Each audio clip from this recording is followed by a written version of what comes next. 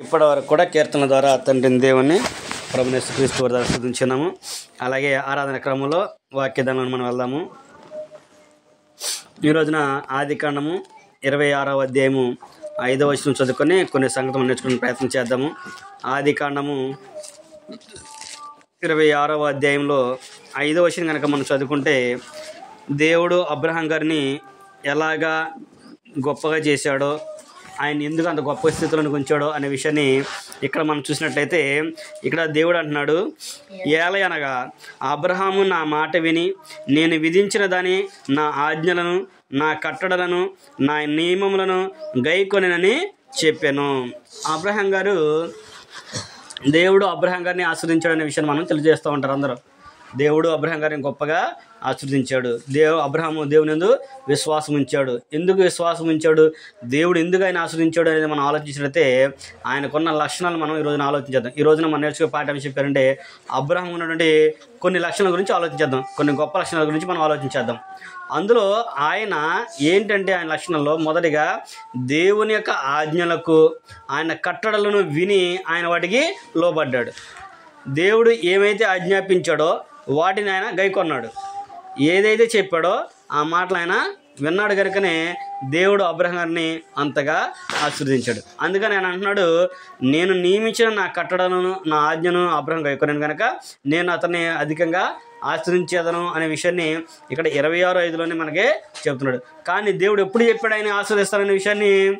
ఆదికాండము 12వ అధ్యాయం 1-3 మనం చదువుకుంటే, అక్కడే దేవుడు అబ్రహాం గారిని నేను దీవిస్తాను, ఆశిస్తాను అనే విషయాన్ని చెప్పాడు. నీ సంతానాన్ని ఇసుకనంత విస్తారంగా నేను చేస్తాను, నీలో నుంచి గొప్ప రాజును నేను పుట్టిస్తాను, ప్రపంచంలో రాజు అందరూ కూడా నీలో నుంచే వస్తారు, నిన్ను గొప్ప జనంగా నేను చేస్తానని చెప్పేసి అబ్రహాం గారికి దేవుడు వాగ్దానం చేయడం మనము చూడగలము. అక్కడి నుంచి అబ్రహాం గారు దేవుని యొక్క మాటకు విధేయుడయ్యి ఆయన ఆజ్ఞలను, ఆయన ఆజ్ఞాపించిన ఆజ్ఞలను అనుసరిస్తూ ఆయన ఆజ్ఞను గైకొంటూ ఆయన నడుచుకున్నట్టుగా మనము చూడగలము. నీ సంతానం అని చెప్పినప్పుడు అబ్రహాం గారు ఆయన కొరకే వేచి చూశాడు. దేవుడు ఎప్పుడు ఇస్తాడా అనే ఆలోచనతో అబ్రహాం గారు ఎదురు చూస్తూ ఉన్నాడు తప్ప ఏ రోజు కూడా అబ్రహాం గారు తొందరపడినట్లుగా మనం ఎక్కడ కూడా చూడలేదు. సుమారుగా అబ్రహాం గారిని దేవుడు పిలిచినప్పుడు 75 సంవత్సరాలు, 70 సంవత్సరాల వయసులో అబ్రహాం గారిని దేవుడు పిలిచాడు. కానీ కుమారుడు వచ్చింది ఎప్పటికి? 100 సంవత్సరాలకి. అంటే 25 సంవత్సరాలు అబ్రహాం గారు దేవుని దగ్గర కుమారుని కొరకు, సంతానం కొరకు ఎదురు చూసినట్లుగా మనము చూడగలము. అలాగే దేవుడు ఎప్పుడైతే మనల్ని పిలిచాడో, లేదా దేవుని మాటలు మనం ఎప్పుడైతే వింటామో, దేవుని యొక్క వాక్యానికి ఎప్పుడైతే మనం విధేయులం అవుతామో, అప్పుడు మనం ఏం చేయాలంటే దాన్ని విధేయులైన దాని ప్రకారంగా మనం జీవించాలి. జీవిస్తే ఆశీర్వాదం అనేది, దీవెన అనేది, మన కుటుంబాల నెమ్మది అనేది ఒక్కసారిగా రాదు, నిదానంగా అది వస్తుంది. క్రమంగా దాన్ని దేవుడు అభివృద్ధి పరుస్తాడనే విషయాన్ని మనం ఇక్కడ చూడగలము. అందుకని అబ్రహాం గారు, దేవుడు అబ్రహాం గారికి ఏమైతే ఆజ్ఞాపించాడో దేవుడు అబ్రహాం గారికి వాటన్నిటిని కూడా ఆయన గైకొన్నాడు. అందులో మనం ఆలోచన చేసుకున్నట్లయితే, అందులో ఆయన మొదటిగా విధేయుడిగా జీవించాడు. ఏంటంట? ఆయన విధేయుడిగా జీవించాడు. ఎవరికి? దేవునికి విధేయుడు కాదు, ప్రతి ఒక్కరికి కూడా ఆయన విధేయుడిగా జీవించాడు. ఎంత గొప్పవాడంటే అబ్రహాం గారు, అంత గొప్ప పేరు ఎందుకు వచ్చిందంటే ఆయన ప్రతి ఒక్కరిని కూడా గొప్పగా చేసి మాట్లాడేవాడు. మనం చూసినట్లయితే ఆదికాండంలోనే 23వ అధ్యాయంలో మనం చూసినట్లయితే, అబ్రహాం యొక్క భార్య శారా చనిపోయిన తర్వాత ఆమెను పాతి పెట్టడానికి ఒక శ్మశాన భూమి ఆయనకి కావాలి. అప్పుడు వాళ్ళందరూ కూడా అంటారు, అక్కడ ఉన్న వాళ్ళందరూ కూడా అంటారు, నీ ఇష్టం వచ్చిన చోట నువ్వు పాతి పెట్టుకో అంటారు. అబ్రహాం గారి భార్యని తీసుకెళ్ళి నీ ఇష్టం వచ్చిన చోట నువ్వు పాతి పెట్టుకుంటే, అలా కాదు, ఆ శ్మశాన భూమి నాకు, నా కుటుంబ సభ్యులు, నా వంశస్థులందరూ కూడా స్వాస్థ్యంగా ఉండాలి, కాబట్టి నేను వెల ఇచ్చే కొంటాను అని చెప్పేసి పలానా వాళ్ళ దగ్గరికి వెళ్ళి ఆయన అడిగినప్పుడు వాళ్ళు, అయ్యా నీకు నాకు ఇది ఎంత అని చెప్పేసి అన్నప్పుడు, అలా కాదు, నువ్వు ఎంతో దాని రేటు చెప్తే నేను వింటానంటాడు. వాళ్ళందరి దగ్గర ఆయన ఎంత విధేయతగా చూపించాడంటే, 23వ అధ్యాయం కనుక మనం చదువుకున్నట్లయితే, 23వ అధ్యాయంలో 1వ వచనం నుంచి మనం చదువుకున్నట్లయితే, శారా జీవించిన కాలము అనగా శారా బ్రతికిన ఏండ్లు 127. శారా కనాను దేశమందుల హెబ్రోనులో కిర్యాతర్బాలో మృతి పొందెను. అప్పుడు అబ్రహాము శారా నిమిత్తం అంగలార్చుటకును ఆమెను గూర్చి ఏడ్చుటకును వచ్చెను. తరువాత అబ్రహాము మృతి పొందిన తన భార్య ఎదుట నుండి లేచి హేతు కుమారులను చూచి, మీ మధ్య నేను పరదేశినిగాను పరవాసినిగాను ఉన్నాను. మృతి పొందిన నా భార్య నా కనుల ఎదుట ఉండకుండా ఆమెను పాతి పెట్టుటకు మీ తావున నాకు ఒక శ్మశాన భూమిని స్వాస్థ్యంగా ఈడని అడగగా, హేతు కుమారులు, అయ్యా మా మాట వినుము, నీవు మా మధ్యన మహారాజువై ఉన్నావు. మా శ్మశాన భూములలో అతి శ్రేష్టమైన దాని మృతి పొందిన నీ భార్యను పాతిపెట్టుము.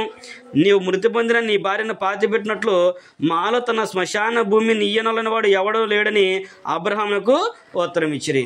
అంటే అబ్రహాం గారు ఎంత విధేయతగా వెళ్ళాడంటే, అప్పుడు వాస్తవం చూసినట్టయితే మన గ్రామాలు ఎలా ఉంటారు, కొంచెం అధికంగా ఉన్నట్లయితే కొద్దిగా ధనం ఎక్కువ ఉంటే నాదే రాజ్యం ఉన్నట్లుగా వెళ్ళిపోయి వాళ్ళు చూసినట్లుగా చేస్తూ ఉంటారు. కానీ ఇక్కడ అబ్రహాం గారు ఆయన ఎంతగా విధేయత చూపించాడంటే హేతు కుమారుల దగ్గరికి వెళ్ళి, అయ్యా నేను ఇక్కడ మీ దగ్గర పరదేశిగా ఉన్నాను, నేను వేరే దేశం నుంచి వచ్చాను, పరదేశిగా ఉన్నాను, అయినప్పుడు కూడా మీరు నన్ను గొప్పగా చూశారు, నేను ఎలా మీ ఇంత ప్రవర్తించాను మీకు తెలుసు అన్నప్పుడు వాళ్ళు అంటున్నారు, అయ్యా నువ్వు మా మధ్య మహారాజు అయి ఉన్నావు, మహారాజుకు నువ్వు బ్రతికావు, మా దాంట్లో శ్రేష్టమైన దాంట్లో నువ్వు తీసుకెళ్ళి పాతి పెట్టుకో, మాలో ఈ నల్లవాడు ఎవడైనా ఉంటే మాకు చెప్పు, మమ్మల్ని అడుగు అని చెప్పి అన్నప్పుడు అబ్రహాం గారు అక్కడ మాట్లాడిన మాటలు మనం చూసినట్లయితే 7వ వచనం అంటున్నాడు, అప్పుడు అబ్రహాము లేచి ఆ దేశపు ప్రజలైన హేతు కుమారులకు సాగిలపడి.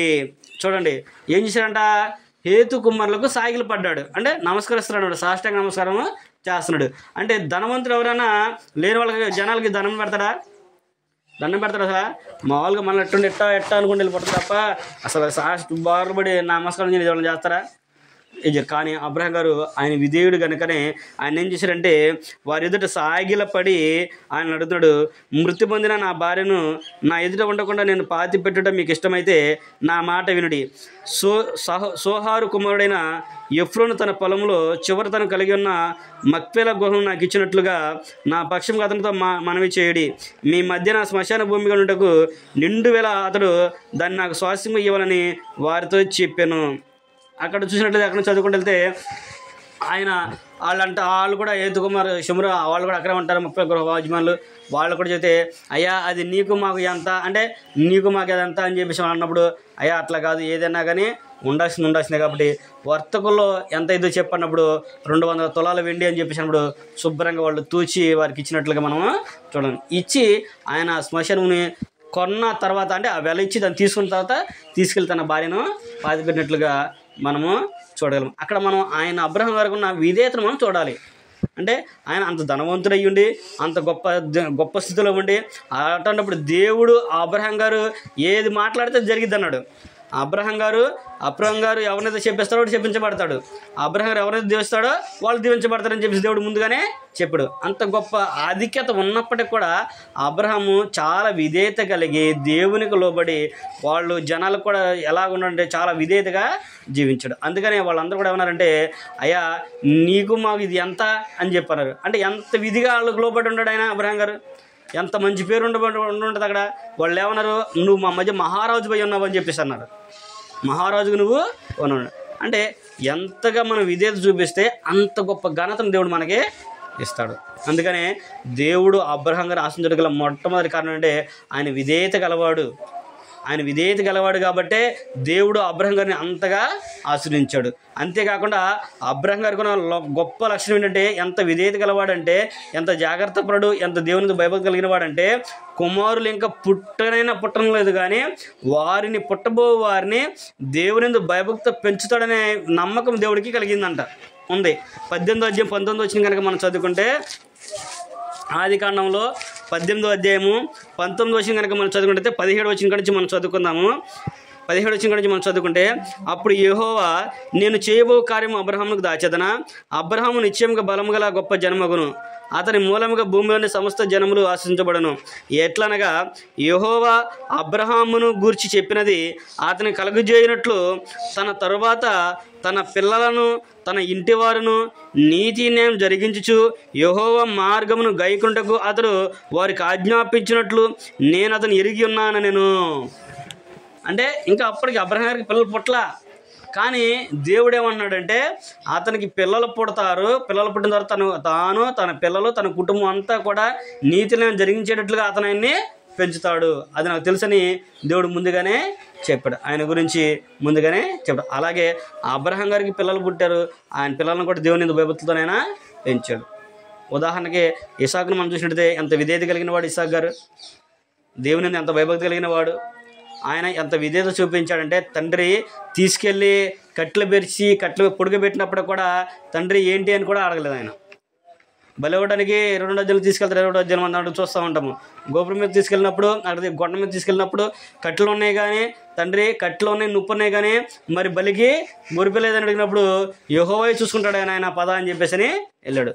అన్నీ తీసుకెళ్ళి ఆయన కాళ్ళు కూడా కట్టేసి దాని మీద పొరుగు పెట్టినప్పుడు కూడా ఆయన ఏ మాటలు కూడా ఏం కూడా మాట్లాడాల. అంటే ఎంత విధేయత చూపించాడు. అబ్రహాం గారికి ఉన్న నమ్మకం ఒక ఎత్తు అయితే ఇసాకు ఉన్న నమ్మకం, ఇసాకు ఉన్న విధేయత ఇంకొక ఎత్తు, ఇంకా ఇదనమాట. అంటే నా తండ్రి ఏది చేసినా కానీ కరెక్ట్గానే చేస్తానని నమ్మకాన్ని ఇసాకు గారు కలిగి ఉన్నాడు. మరి అలాగే మనం కూడా ఈ రోజున మన దేవుడు మన పట్ల చూపించే ప్రేమని, అలాగే మనం మన బిడ్డల పట్ల చూపించే ప్రేమని అంత విధేయతగా మనం చూపిస్తున్నామా, అంత విధేయత కలిగి మనం ఉంటున్నామా అనేది మనల్ని మనమే ప్రశ్న వేసుకోవాలి.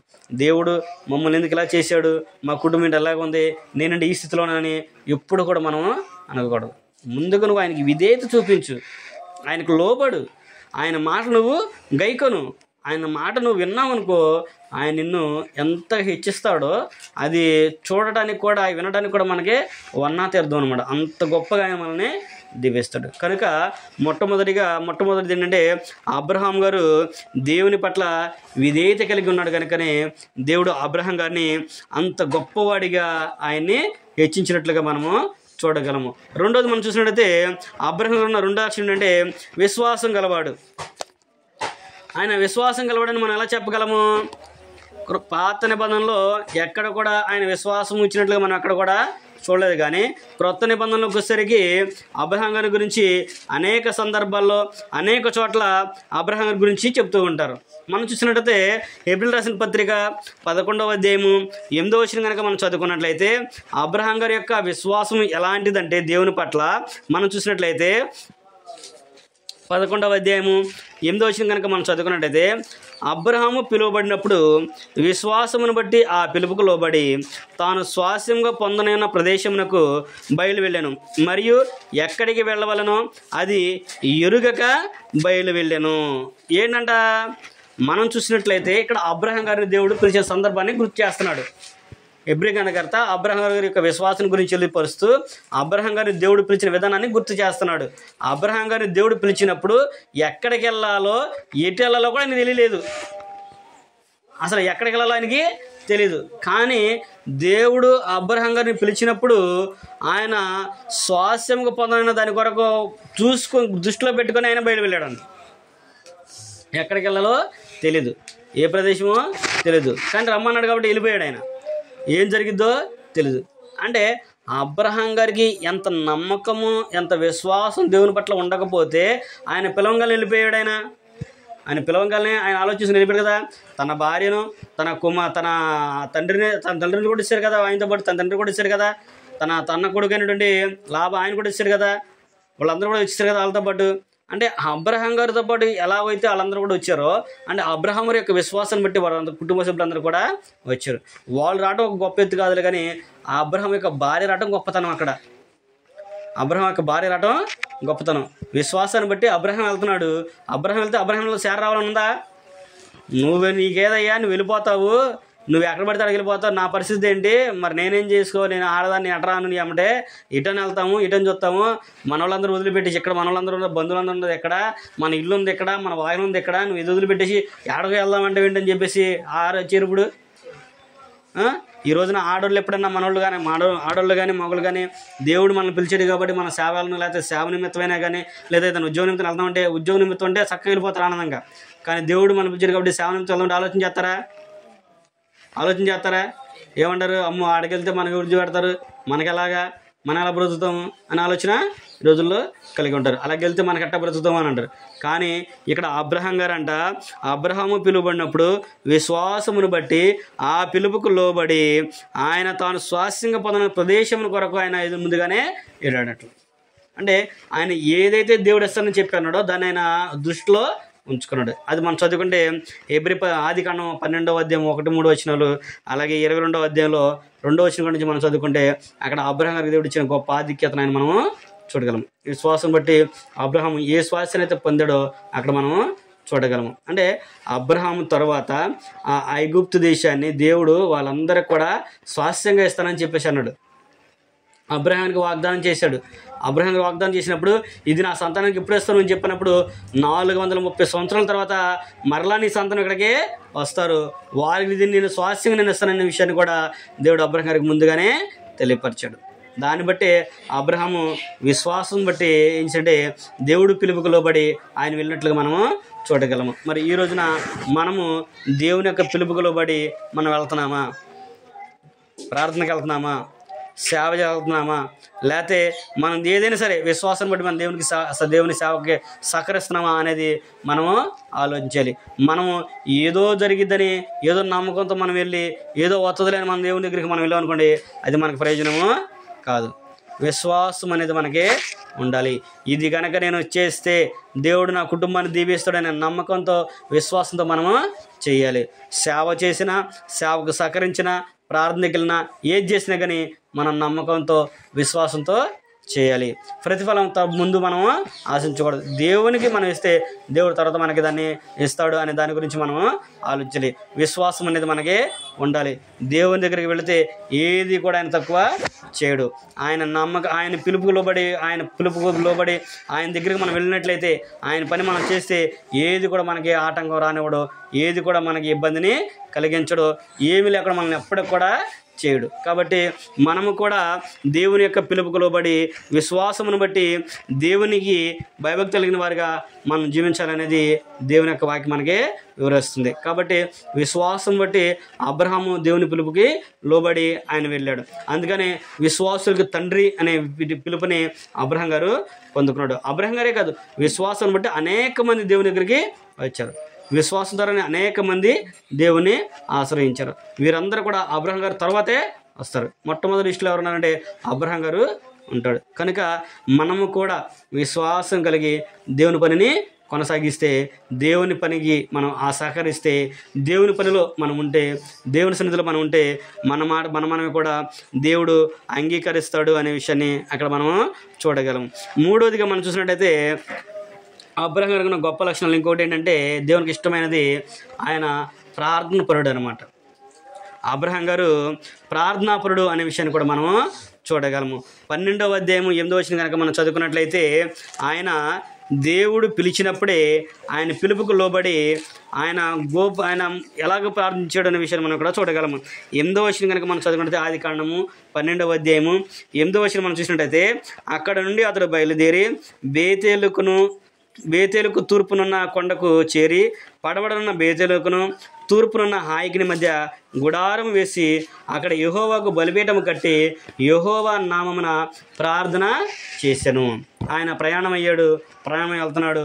ప్రయాణంలో ఆయన ఏంటంటే ప్రార్థన చేసినట్లుగా మనము చూడగలము.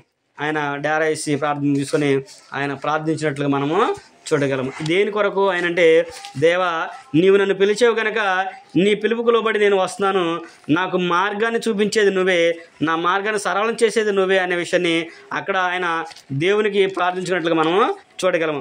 మనము కూడా ఎలాగుండాలి అంటే, నిత్యము కూడా ప్రార్థన చేసేవారిగా మనము ఉండాలి, ప్రార్థనా పరులుగా మనం ఉండాలి అనేది కూడా దేవుని యొక్క వాక్యము మనకి చాలా చక్కగా వివరిస్తుంది. అబ్రహాం గారు దేవునికి లోబడి ప్రార్థించాడు కాబట్టే దేవుడు ఆయన యొక్క ప్రయాణాన్ని సఫలం చేసినట్లుగా మనము చూడగలం. ఇప్పుడు ఏదైనా కానీ మనం ఏది చేసినా కానీ ప్రారంభించినా కానీ ప్రార్థన చేసుకుంటే దేవుడు మన ప్రార్థనకి విజయాన్ని ఇస్తాడు. మనం చూసినట్టయితే క్రొత్త నిబంధనలో కూడా ప్రభువైన యేసుక్రీస్తు వారు ఒక సందర్భాన్ని జ్ఞాపకం చేస్తుంటాడు. మనం చూసినట్టయితే మార్కు సువార్త 9వ అధ్యాయం కనుక మనం చూసినట్టయితే, యేసుక్రీస్తు ప్రభువు అన్న మాట మనం చూసినట్టయితే, అందుకు ఆయన ప్రార్థన వల్లనే కానీ మరి దేని వలనను ఈ విధమైనది వదిలిపోవట అసాధ్యమని వారితో చెప్పాను. ఏంటిది ఇక్కడ సందర్భము మనం చూసినట్టయితే, ఒక పిల్లకి దెయ్యం పట్టిన వచ్చినప్పుడు వీళ్ళు మొదట ఆయన ఏం చేస్తాడంటే తన శిష్యుల దగ్గరికి వస్తాడు. శిష్యుల దగ్గరికి వచ్చి, అయ్యా నా కుమారుడికి దెయ్యం పట్టింది, మీరేమైనా బాగు చేస్తారా అని చెప్పేసి ఆ చిన్నవాడిని వాళ్ళ దగ్గరికి వస్తే వాళ్ళు ప్రార్థన చేస్తారు కానీ వారు అది వదిలిపోదు. అప్పుడు వీళ్ళందరూ కూడా ప్రభువారి దగ్గరికి తీసుకెళ్తాడు. ప్రభువారి దగ్గరికి తీసుకెళ్ళినప్పుడు ప్రభువారు ప్రార్థన చేసి ఆ చిన్నవాడి దగ్గర ఉన్న దయ్యాన్ని గద్దించగానే వాడు వెళ్ళిపోయిన తర్వాత శిష్యులందరూ కూడా ప్రభు దగ్గరికి వచ్చి కూర్చొని, అది మా వలన ఎందుకు కాలేదు అని అంటాడు. అది మా వలన ఎందుకు కాలేదు అని చెప్పేసి అన్నప్పుడు అది ప్రార్థన వల్లనే అనే విషయం చెప్పినప్పుడు కింద ఫుట్నోట్లో ఏమని రాశాడు, అక్కడ ఫుట్నోట్లో ఏమనుంది, అనేక ప్రాచీన ప్రతులలో ఉపవాసం వలనే అని కోర్చబడి ఉన్నది. అంటే ఉపవాసం వలన అంటే నీవు దేవునికి నిత్యం కూడా ప్రార్థించడం, దేవునికి నిత్యం కూడా మనం ప్రార్థన చేయటం. ప్రార్థన అనేది మనం చేసుకుంటే ఎంత ఇదిగా ఉంటుందో దాన్ని అక్కడ మనకి జ్ఞాపకం చేస్తున్నాడు. అంటే ఉపవాసం ఉండి ప్రార్థన చేసుకున్నట్లు అక్కడ మనము చూడగలము. అంటే ప్రభువారు కూడా కొన్ని సందర్భాల్లో ఆయన కొండ మీదకి వెళ్ళి దేవుని కొరకు ప్రార్థించినట్లు మనము చూడగలము. అక్కడ ప్రభువారు అంటాడు, మనుషుడు రొట్టె వలన మాత్రం కాదు కానీ దేవుని నోట నుండి వచ్చు ప్రతి మాట వలన జీవించును. అంటే ప్రభువుని గురించి మనం తెలుసుకున్నప్పుడు, దేవుని యొక్క సంకల్పాన్ని మనం తెలుసుకున్నప్పుడు, దేవుని యొక్క చిత్తానికి లోబడినప్పుడు మనము కూడా మన కుటుంబంలో ప్రతి దినము కూడా ప్రార్థించేవారిగా ఉండాలి. మన కుటుంబం అంతా కూడా ఎల్లప్పుడూ దేవుని సన్నిధిని మోకరించేవారిగా ఉండాలి. ప్రతి దినం కూడా మనం ప్రతి సందర్భానికి ప్రతి దానికి కూడా మనం ప్రార్థించుకుంటే మనకు ప్రయోజనం అనేది ఉంటుంది అనే విషయాన్ని అక్కడ ఆయన మనకి తెలియపరుస్తూ ఉన్నాడు. కనుక మనము కూడా ప్రార్థనాపరులుగా ఉండాలి, మన కుటుంబం కూడా ప్రార్థనాపరులుగా ఉండాలి. అబ్రహాం గారు కూడా ప్రార్థనాపరుడుగా ఉన్నాడు అనే విషయాన్ని కూడా అక్కడ మనము చూడగలము.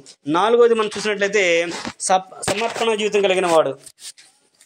అబ్రహాం గారు సమర్పణ జీవితం కలిగిన వాడుగా కూడా ఉన్నాడనే విషయాన్ని ఇక్కడ మనకి జ్ఞాపకం చేస్తున్నాడు. ఆదికాండము 22వ అధ్యాయం కనుక మనం చూసినట్లయితే అబ్రహాం గారు ఏమని సమర్పించుకున్నాడు, ఎలాంటి సమర్పణ ఆయన సమర్పించాడని చూసినట్లయితే దేవుడి గురించి మనం అక్కడ అబ్రహాం గారి గురించి దేవుడు అని చెబుతున్నాడంటే 22వ అధ్యాయం మనం చూసినట్లయితే 1వ వచనం చదువుకుంటే, ఆ సంగతులు జరిగిన తర్వాత దేవుడు అబ్రహామును పరిశోధించెను. ఎట్లనగా ఆయన అబ్రహామా అని పిలువగా అతడు చిత్తం ప్రభువా అనెను. అప్పుడు ఆయన, నీ ఒక్కడైనా నీ కుమారుని అనగా నీవు ప్రేమించి ఇస్సాకును తీసుకుని మోరియా దేశమునకు వెళ్ళి అక్కడ నేను నీతో చెప్పబోవు పర్వతములు ఒక దాని మీద దహన బలిగా అర్పించమని చెప్పాను అనే విషయాన్ని చెప్తున్నాడు. అంటే ఎంత సమర్పణ జీవితం కలిగి ఉన్నాడంటే ఏది కూడా నాది కాదు, దేవుడు అడిగాడంటే ఏది కూడా నాది కాదు, అవసరమైతే నా ప్రాణాలను నేను ఇస్తానికి సిద్ధంగా ఆయన ఉన్నాడు. అప్పుడు అబ్రహాం గారిని దేవుడు ఏమడిగంటే, నీకు ఒక్కడైనా నీ కుమారు నాకు బలివు, మోరియా కొండ మీద నేను చెప్పిన ప్రాంతం మీద తీసుకెళ్ళి అక్కడ ఆయన బలిమ్మన్నప్పుడు అబ్రహాం గారు కూడా దేవుని యొక్క పిలుపుకు లోబడి, దేవుని యొక్క ప్రేమకు లోబడి, దేవుని యొక్క ఆజ్ఞకు లోబడి దేవుడు చెప్పినట్లుగా ఆయన ఇస్సాకు గారిని బలివ్వడానికి తీసుకెళ్ళినట్లుగా మనము చూడగలం. ఎందుకు ఆయన అంత సమర్పణ జీవితాన్ని కలిగి ఉన్నాడంటే దేవుడు అసాధ్యుడు, ఆయనకి అసాధ్యం ఏది కూడా లేదు, ఆయనకి ఇది అసాధ్యము చేయడు అనడానికి వీలు లేదు. అబ్రహాం గారికి ఏమైనా వాగ్దానం చేశాడు దేవుడు, నీ సంతానాన్ని ఇసుకనంత విస్తారంగా నేను విస్తరింపజేస్తాను అని అన్నాడు. మరి ఒక్కడైనా కుమారుని బలిమ్మన్నాడు అంటే ఆయన ఏం చేయగా మరి కుమారుని కూడా అంటే ఆయన మనం క్రొత్త నిబంధన మనం చదువు హెబ్రీ పత్రికలో మనం చదువుకున్నాం కదా, అక్కడ అంటాడు ఆయన మృతులను సహితము లేపగలిగిన సమర్థుడు. అంటే చనిపోయినప్పటికి కూడా ఆయన మృతులైనా సరే లేపుతాడు. కాబట్టి ఆ నమ్మకంతో ఆయన సమర్పణ కలిగి కుమారుని అర్పించినట్లుగా మనం చూడగలం. మరి ఈ రోజున దేవుని నిమిత్తము, దేవుని పని నిమిత్తము కానీ మనమేం సమర్పించుకుంటున్నాము? మనకుందా సమర్పణ జీవితము? సమయానికి కేటాయిస్తున్నామా? ప్రార్థన కేటాయిస్తున్నామా? లేకపోతే మనకు వచ్చే ధనాన్ని మనం సేవ కొరకు కేటాయిస్తున్నామా? లేకపోతే మన జీవితాన్ని దేవుని సేవ కొరకు సమర్పిస్తున్నామా? సమర్పిస్తున్నాం మనం కూడా ఆలోచన కలిగి ఉండాలి. అబ్రహాం గారు కూడా సమర్పణ జీవితం కలిగిన వాడు కనుకనే దేవుడు అబ్రహాం గారిని అంత గొప్పగా చేశాడు. అబ్రహాం ఆశ్రయించబడ్డాడు, అబ్రహాం విశ్వాసం బట్టి దీవించబడ్డాడు. అంటే ఊరిని దీవించబడ్డాడా ఏంటైనా? ఆయనలో ఎన్నో గొప్ప క్వాలిటీలు ఆయనకి ఉన్నాయి, ఎన్నో గొప్ప లక్షణాలు అబ్రహాం గారికి ఉన్నాయి. కాబట్టి దేవుడు కూడా అబ్రహాం గారు అంతగా జీవించాడు, అంతగా ఆయన్ని దీవించాడు. మరి ఈ రోజున మనకు సమర్పణ జీవితం ఉందా? సేవకులకు ఎప్పుడు సమర్పించుకున్నామా? లేకపోతే మన ప్రతి ఆదివారం ఆరాధన, మరి గురువారం బైబిల్, లేకపోతే మన బైబిల్ తరగతి పలానా రోజున, లేకపోతే పలానా రోజు బైబిల్ క్లాసులు ఉన్నాయి, వాటి వరకు మనం ఎప్పుడైనా మనం సమర్పించుకున్నామా? ఇవి మనం మానకూడదని ఇప్పుడు మన జీవితాన్ని సమర్పించుకున్నామా? కాబట్టి మనము కూడా మన జీవితాన్ని దేవుని కొరకు సమర్పించుకున్నట్లయితే దేవుడు కూడా మనకి సమస్తాన్ని దయచేస్తాడు అనే విషయాన్ని మనము గమనించాలి. ఇప్పటి వరకు అబ్రహాంకున్న కొన్ని లక్షణాలు మనము చూసాము, గొప్ప లక్షణాలు మనము చూసాము. అందులో ఆయన విధేయత కలిగిన వాడు మొదట, రెండోదిగా విశ్వాసం కలిగిన వాడు, మూడోది ప్రార్థనాపరుడు, నాలుగవదిగా సమర్పణ జీవితాన్ని కలిగిన వాడు, ఐదోది మనం చూసినట్టయితే ఆయన దేవుణ్ణి ప్రేమించాడు. యెషయా గ్రంథము 41వ అధ్యాయము 8వ వచనం కనుక మనం చదువుకున్నట్లయితే, యెషయా గ్రంథంలో కనుక మనం చూసినట్లయితే 48వ అధ్యాయము 1వ వచనం కనుక మనం చూసినట్లయితే, యెషయా గ్రంథము 41వ అధ్యాయము 8వ వచనం, 41:8, 41:8లో కనుక మనం చదువుకున్నట్లయితే అక్కడ ఆయన అంటున్నాడు, నా సేవకుడైన ఇశ్రాయేలు, నేను ఏర్పరచుకున్న యాకోబు, నా స్నేహితుడైన అబ్రహాము సంతానమా. ఏమన్నాడు ఇక్కడ? నా స్నేహితుడైన అబ్రహాము సంతానమా. ఇశ్రాయేలు గురించి ఆయన ప్రవక్త ద్వారా పలికిన మాటల్ని నా స్నేహితుడైన అబ్రహాము సంతానమా అంటే, స్నేహితుడని ఎవరంటాం మనం ఎంతగా ప్రేమిస్తే మన స్నేహితులుగా మనం భావిస్తాము. అందుకనే అక్కడ అబ్రహాం గారు కూడా దేవుని అంతగా ప్రేమించాడు. కాబట్టి దేవుడు కూడా అబ్రహాం అంతగా ప్రేమించి నా స్నేహితుడు అనే విషయాన్ని చెప్పాడు. కొంతమంది వ్యక్తుల గురించి దేవుడు నా స్నేహితుడు అనే విషయాన్ని చెప్పాడు. దావీదు గారు నా హృదయానుసరుడు అంటాడు. దావీదు గారిని నా హృదయానుసరుడు అనే విషయాన్ని దావీదు గారి గురించి దేవుడు చెప్పాడు. అంటే దావీదు గారు ఎంతగా ఆయనకు లోబడితే, ఎంతగా ఆయన ఆయన పని చేస్తే దేవుడు ఆయన నా హృదయానుసరుడు అన్నాడు. హృదయానుసరుడు అంటే నేను ఏం చేయాలనుకున్నాను ఆయన అది చేస్తున్నాడు, నేనేం చెప్పాలనుకున్నా ఆయన చెప్దాన్ని పాటిస్తున్నాడు, నేను ఎలాగైతే ఉండాలని కోరుకుంటున్నానో అలాగా ఉంటున్నాడు. కాబట్టి దేవుడు దావీదు గారిని నా హృదయానుసరుడు అన్నాడు. మరి ఇక్కడ అబ్రహాం గారిని నా స్నేహితుడు అన్నాడంటే ఆయన ఎంతగా ప్రేమించాడంటే మనం ఇక్కడ చెప్పడం అనేది సాధ్యం అనమాట. అందుకనే దేవుడు అబ్రహాం గారు అంతగా ప్రేమించాడు. అందుకనే అబ్రహాం కూడా ఏంటంటే దేవుణ్ణి ప్రేమించినట్లుగా మనము చూడగలము. దేవుణ్ణి గొప్పగా ప్రేమించిన వాడిగా మనము ఆయన్ని చూడగలము. చివరిగా ఆరుదిగా మనం చూసినట్లయితే అబ్రహాం గారు నమ్మకమైన వాడిగా జీవించాడు. ఆయన మనం చూసినట్టయితే నెహెమ్యా గ్రంథంలో 9వ అధ్యాయము, నెహెమ్యా గ్రంథంలో కనుక మనం చూసినట్లయితే నెహెమ్యా గ్రంథము 9వ అధ్యాయంలో కనుక మనం చదువుకుంటే అక్కడ నెహెమ్యా గారు ఏం చెబుతున్నాడంటే 7-8 వచ్చిన మనం చదువుకున్నట్టయితే, నెహెమ్యా గ్రంథము 9వ అధ్యాయము 7-8 వచ్చిన కనుక మనం చదువుకున్నట్టయితే, దేవా యెహోవా అబ్రహామును ఏర్పరచుకొని కల్దీల ఊరను అను స్థలము నుండి యువతలకు అతన్ని రప్పించి అతనికి అబ్రహామును పేరు పెట్టినవాడు నీవే. అతడు నమ్మకమైన మనస్సు గలవాడని ఎరిగి కనానీయులు, హితీయులు, అమోరీయులు, పెరిజీయులు, యెబూసీయులు, గిర్గాసీయులు అను వారి దేశంలో అతనికి స్వాస్థ్యం ఇచ్చినట్లు అతనితో నిబంధన చేసుకున్నవాడవు నీవే. నెహెమ్యా గారు అబ్రహాం గురించి తెలియపరుస్తున్నాడు. అక్కడ ప్రవక్త ద్వారా ఆయన మాట్లాడుతున్నాడు. అయ్యా, నువ్వు అబ్రాముని పిలుచుకొని అబ్రహాంగా నువ్వు ఆయన పేరు మార్చుకున్నావు, ఆయన నీకు విధేయత కలిగి ఉన్నాడు. అంతేకాకుండా ఆయన పలానా పట్టణం నుంచి నువ్వు పిలుచుకున్న తర్వాత అతడు నమ్మకమైన వాడిని ఎరిగి, అంటే దేవుడు ఏమని అనుకున్నాడు, ఆయన్ని నమ్మకంగా ఆయన్ని ఎంచుకున్నాడు.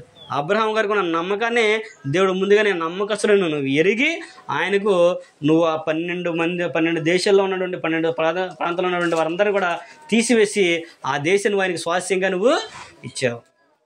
మరి ఈ రోజున నేను కూడా దేవుని పట్ల అంత నమ్మకంగా జీవిస్తే దేవుడు మనకు స్వాస్థ్యాన్ని కంపల్సరిగా ఇస్తాడు. ఆయన ఎక్కడ కూడా మనల్ని విడిచిపెట్టడు, ఎప్పుడు కూడా విడిచిపెడు. కానీ నమ్మకం అనేది మనం సంపాదించుకోవాలి. ఈయన నా కుమారుడు, ఈమె నా కుమార్తె, నాకు నమ్మకమైన వారు, నన్ను విడిచిపెట్టరు. ఎన్ని కష్టాలు వచ్చినా, బాధలు వచ్చినా, శోధనలు వచ్చినా, ఇబ్బందులైనా నన్ను విడిచిపెట్టరు, నాతోనే ఉంటారు. కాబట్టి నేను వారికి చేసిందని చేస్తాను అనే విషయాన్ని దేవుడు మనకి జరిగిస్తాడు. ఎప్పుడైతే మనం నమ్మకంగా జీవిస్తామో అప్పుడు దేవుడు మనకి రెట్టింపు ఘనతని అనుగ్రహిస్తాడు. వస్తే శోధన రావని అంట్లా, బాధలు వస్తే రావనంట్లా. ఎందుకంటే లోకంలో ఒక సామెత ఉంటుంది. ఏంటి సామెత తెలుసా మీకు? కాయలో ఉన్న చెట్టుకే దెబ్బలు తగులుతాయి, కాయలు ఉన్న చెట్టుకే రాళ్ళు విసురుతారు. ఎందుకు? కాయలు ఉంటాయి కాబట్టి ఆ కాయలు పడటం కోసం రాళ్ళు విసురుతూ ఉంటారు. అంటే పడేవాడికి దేవుడు శోధన అనేది ఇస్తాడు, తట్టుకునేవాడికి దాన్ని ఇస్తాడు. ఎందుకంటే నువ్వు దాంట్లో నిలబడితేనే కదా నీకు శ్వాస ఇచ్చేది. తర్వాత నీకు గొప్ప ఘనత రావాలంటే నువ్వు ఈ దెబ్బలు తింటేనే కదా.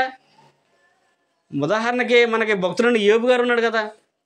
యోబు గారిని మనం చూస్తాం కదా, ఎంత గొప్పవాడైనా కానీ ఆ గొప్పతనం అంతా తీసేసి ఆయనకి భార్యను తీసేసాడు, పిల్లలు చనిపోయారు, ఆస్తి లేదు, ఆరోగ్యం లేదు, ఒంటినట్టు దేహం నిండా పురుగులు, అసలు అది తలుచుకుంటే కూడా మనకి ఇదిగా ఉంటుంది. సుమారుగా 250 రోగాలతో ఆయన్ని 250 రోగాలంట. రోగాలు చూస్తే గోరికి ఒక రోగం, పుండుకు ఒక రోగం, ఏలుకు ఒక రోగం, ప్రతిది కూడా ఒక పొక్కు వచ్చింది దానికి ఒక రోగం, అదే చితికితే ఇంకొక పక్క వెళ్ళిపోయేట్లుగా అది రోగం. దాన్ని చదివితే అబ్బో అసలు భయం వేసింది, నాకు చదవడానికే భయం వేసింది నాకు. అది ఆయన చరిత్ర గురించి చదివితే చదివితే అమ్మో అసలు అంత గొప్ప మనకు అసలు పగడు కూడా రాకూడదు అన్నట్టుగా వచ్చింది. అంత గొప్ప శోధన అయినా ఉంచుడు. కానీ ఏ మాత్రం కూడా ఆయన నన్ను దేవుడా నాకు ఎంత స్థితినిచ్చావని కూడా ఎప్పుడు కూడా ఆయన అనలా. అని ఏమన్నాడంటే యెహోవా ఇచ్చిన యెహోవా తీసుకుని పోయాను, ఆయన నామానికి స్తుతి కలుగును గాక అన్నాడు. ఆయన నమ్మకంగా జీవించాడు. ఆయన అంత యథార్థంగా బ్రతికాడు.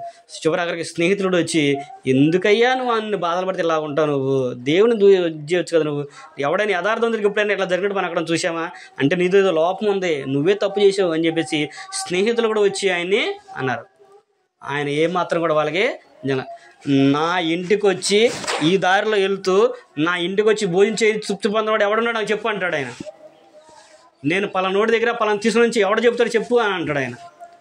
ఏబు గ్రంథం మనం చదువుకుంటే ఏబు గారి యొక్క మాటలో వాళ్ళ స్నేహితులకు సంబంధం ఉంటే అంత గొప్పగా ఉంటాయి. ఏబు గారి అన్న మాట అలా ఉంటాయి. నా ఇంట్లో భోజనం చేసి తృప్తి పొందవాడు ఎవడన్నాడు చెప్పు, లేదు నేను ఎవరి దగ్గర అన్యాయంగా లాకుండా ఎవరిని చెప్తా, నా గురించి ఎవడన్నా అడుగు నువ్వు దారిలో వెళ్ళి అంటాడు. నా వల్ల మేలు పొందడు ఎవడన్నాడు చెప్పు అని చెప్పేసి ఏబు గారు అడుగుతాడు. నువ్వు అన్యాయం చేసావు అని అన్నప్పుడు అయినా కానీ నాకు దేవుడిని ఇష్టమే, దేవుడిని చూపించాలనుకున్నాడు, ఆయన ఇష్టం, అది నేనేం చేయగలిగింది ఏమీ లేదు అని చెప్పేసి ఆయన సైలెంట్గా ఉన్నప్పుడు తర్వాత ఆయనకి మరి దేవుడు చూడండి తర్వాత 41వ అధ్యాయం చదువుకుంటే రెట్టింపు ఘనతను ఆయనకి ఇచ్చాడు. ఆయన కుమార్తెలంట అసలు ఆ దేశంలోనే అంత సౌందర్యవంతులే లేరంట. యోబు యొక్క కుమార్తెల యొక్క అంత సౌందర్యవంతులు ఎవరు కూడా లేరు. అలాంటి కుమార్తెలను దేవుడు యోబు గారికి ఇచ్చాడు. కుమారులను ఇచ్చాడు, మరలా ఆస్తిని ఇచ్చాడు, రెట్టింపు ఆస్తిని ఇచ్చాడు. మరి కుమార్తెను భార్య ఇచ్చినట్టేగా, భార్యను మళ్ళీ పిల్లల్ని అందరిని కూడా ఆయన రెట్టింపుగా ఇచ్చాడు. అంతేకాకుండా తన మనవలను కూడా ఆయన చూసి నిండు వృద్ధాప్యంలో ఆయన చనిపోయినట్లుగా కూడా మనము చూడగలం. అంటే దేవుని పట్ల అంత నమ్మకత్వాన్ని ఆయన కలిగి ఉన్నాడు. అలాగే మనము కూడా దేవునికి అంత నమ్మకంగా జీవించాలి. దేవునికి విధేయుడిగా మనము బ్రతకాలి. దేవునికి విధేయులుగా నమ్మకంగా మనం జీవిస్తే దేవుడు కూడా మనల్ని మన కుటుంబాన్ని ఎల్లప్పుడూ కూడా దీవిస్తాడు. కనుక ఇప్పటి వరకు కూడా మనము అబ్రహాముకు ఉన్నటువంటి కొన్ని గొప్ప లక్షణాలు మనం చూసాము. అబ్రహాము గురించి చూసినప్పుడు మొదటిగా ఆయన విధేయత కలిగిన వాడు, రెండోదిగా విశ్వాసం కలిగిన వాడు, మూడోదిగా అబ్రహాం గారు ప్రార్థనాపరుడు, నాలుగవదిగా సమర్పణ జీవితం కలిగిన వాడు, ఐదోది దేవుని ప్రేమించిన వాడు, చివరిగా ఆరోది ఆయన దేవుని పట్ల నమ్మకంగా జీవించినవాడు. నమ్మకమైన వారికి దేవుని మెండుగా దొరుకును అని చెప్పేసి ఈ గ్రంథం మనకే తెలియజేస్తుంది. ఎప్పుడైతే మనం నమ్మకంగా జీవిస్తామో దేవుడు మన కుటుంబాన్ని 30దంతులుగా 60దంతులుగా 100దంతులుగా ఫలింపజేస్తాడు. మన పనిని కానీ మన పరిచయాన్ని కానీ ఏదైనా సరే ఆయన నమ్మకాన్ని బట్టే ఆయన నిలబెట్టి మనల్ని జీవిస్తున్న విషయాన్ని ప్రతి ఒక్కరు కూడా జ్ఞాపకం చేసుకున్న విషయాన్ని ప్రేమతో మీకు తెలియపరుస్తూ నాకు నేను తెలియపరుచుకుంటూ ఈ మాటల ద్వారా మిమ్మల్ని హెచ్చరిస్తూ నన్ను హెచ్చరించుకుంటూ ఈ మాటలందరితో ముగిస్తున్నాయి. మీ అందరికి కూడా వందలు తెలియపరచు. అందరికి కూడా వందలు.